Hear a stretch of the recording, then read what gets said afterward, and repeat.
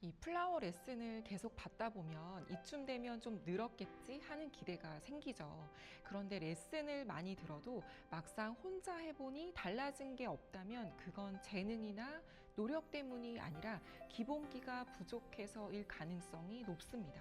저 또한 5년 차쯤 되었을 때 이 한 가지를 제대로 이해하지 못한 채 계속 같은 자리에서 맴돌았던 기억이 있는데요.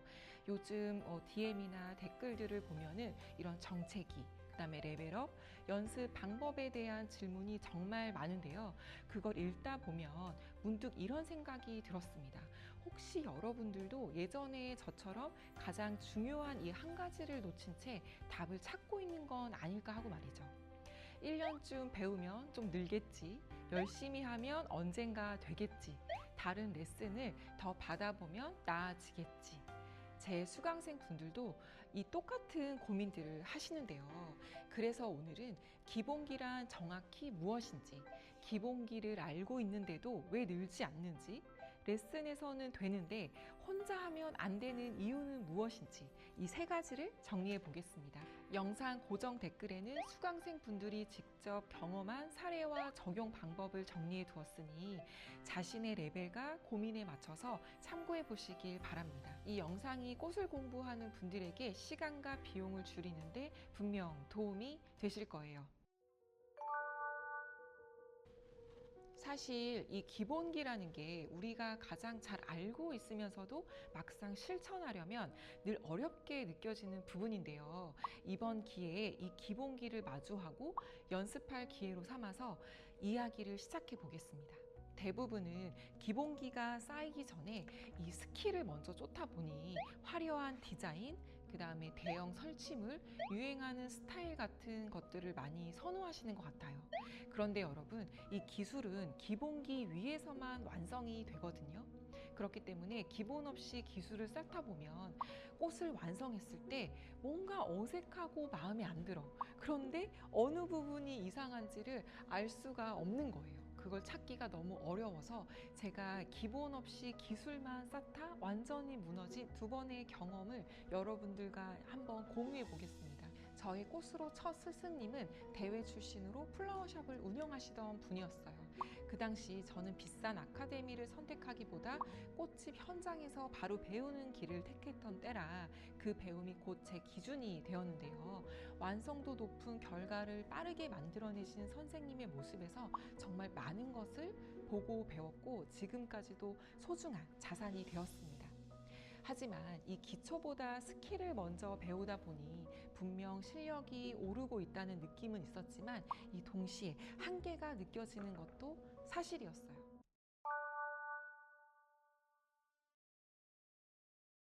이 꽃꽂이에서 꽃을 어떤 위치에 배치할지에 대한 원리라든지 리듬감, 줄기 방향과 같은 기초를 제대로 익히지 못한 채 이 디자인만 신경 쓰다 보니 이 플로럴 폼이 쉽게 깨져버렸고 저는 기본을 놓친 채 이 기술만 쌓아온 상태가 되었던 거죠.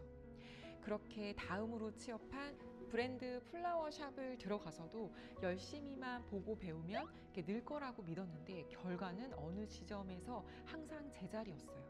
그때 저는 나는 재능이 없구나 하면서 스스로를 의심하기 시작합니다.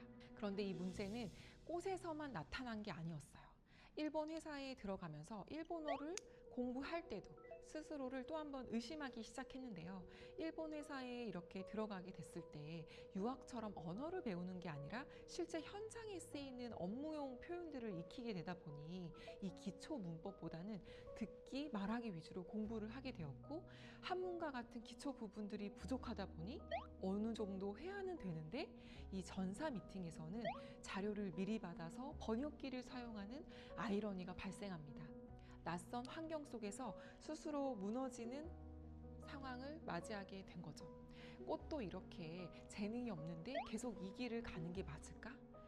일본어도 이 상태라면 일본 회사에 계속 있을 수 있을까? 이런 생각들이 저의 자존감까지 바닥으로 떨어뜨렸어요. 그런데 진짜 성장의 시작은 바로 여기서부터 시작했습니다. 일본 회사 들어가서 얼마 지나지 않아 그때 제 인생을 바꾼 사수 선배를 만나게 됐어요. 웨딩이 있던 첫날 신랑 신부 주인공석 테이블 센터피스를 사수 선배로부터 오더 받아서 제작을 하게 됐는데요. 그 모습을 이렇게 보시더니 그 평가의 첫 마디가 이거였습니다.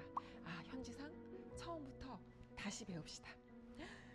제가 그때 당시 플라워를 5년차 해오고 있었을 무렵이라 처음부터 이 다시 하자는 말이 정말 당황스러웠는데요. 하지만 그날부터 이 줄기 방향의 배치법, 리듬감, 이 무게와 균형 감각 등 모든 기본기를 처음부터 다시 배웠습니다.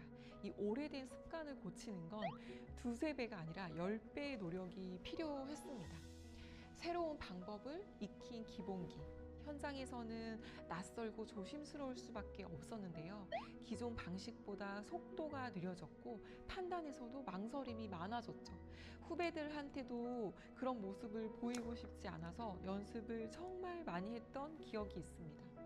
하지만 그 기본부터 다시 쌓은 1년이 제 꽃 인생을 조금씩 바꿔놨어요. 늘 한계에 부딪히던 제가 선배의 오더는 물론 제가 원하는 수준의 디자인을 만들어내고 매니저 승진도 하게 되면서 일과 성과도 풀리는 경험을 하게 된 겁니다. 이 과정은 일본어 공부에서도 똑같았어요. 기초 없이 회화 위주로만 공부를 하다 보니 이 한계가 분명히 있었던 거죠. 기초 문법부터 한문까지 다시 살펴보자는 마음으로 처음부터 다시 정리하기 시작했더니 미팅의 이해도는 자연스럽게 높아졌고 번역기 의존도도 크게 줄었습니다. 제가 18년 동안 현업을 이어오면서 그때 저는 확신을 했어요. 아, 이 실력이 안 느는 이유는 재능이 부족해서가 아니라 기본기가 부족해서라는 걸요. 많은 수강생분들을 지도하면서 저 또한 이 실력이 오르지 않는 분들을 많이 봐왔는데요. 이 세 가지를 충분히 깊게 신경 쓰지 않았다는 점이 공통점이었던 것 같아요. 바로 이 리듬, 배치, 줄기의 방향과 흐름이었어요. 이 세 가지 중 하나라도 제대로 갖춰지지 않으면 정말 열심히 해도 실력이 쉽게 안정되지 않더라고요. 이 첫 번째 꽃의 리듬, 이 꽃과 공간의 높낮이를 맞추는 감각을 키우는 건데요. 이 높낮이의 리듬이 맞으면 전체 형태가 자연스럽게 흐르고 안정화되면서 이 풍부하게 꽃이 연출이 되는데요. 반대로 이 높낮이의 기준이 없으면 전체가 자칫 이 플랫한 덩어리처럼 보이게 됩니다. 그리고 이 두 번째 이 꽃의 배치는 전체 이 형태의 무게중심과 밸런스를 잡아주는 가장 중요한 요소예요.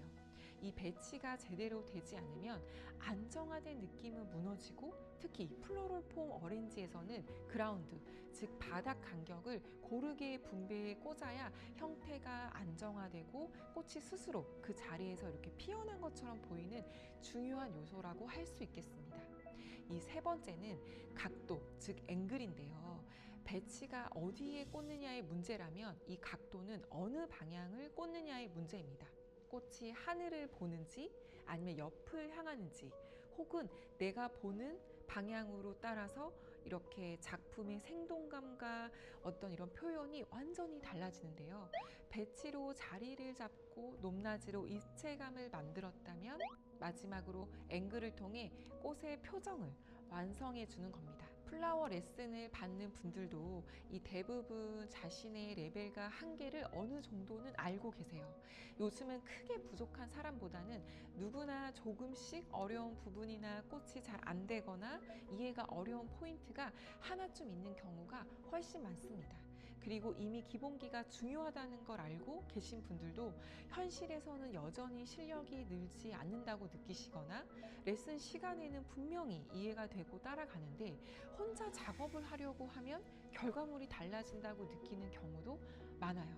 현업에 계시거나 수년 동안 배우신 분들도 일해온 시간은 충분히 쌓였는데 이상하게 실력의 밀도는 쌓이지 않는다고 하시는 분들이 많습니다.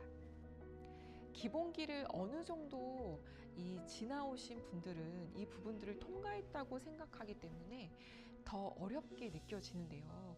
다시 기초를 봐야 하는 건지 이분들의 기본기는 초보 때 배웠던 반복 연습과는 조금 다른데요. 알고 있다면 생각했던 기준이 실제 작업에서는 제대로 작동하지 않기 때문에 더 많이 어렵게 느껴지시고, 이런 분들을 위해 저희는 설명이나 상담만으로 결정을 내리기보다 이 짧은 수업 안에서 직접 확인해 볼 수 있는 체험형 원데이 클래스를 편성했습니다.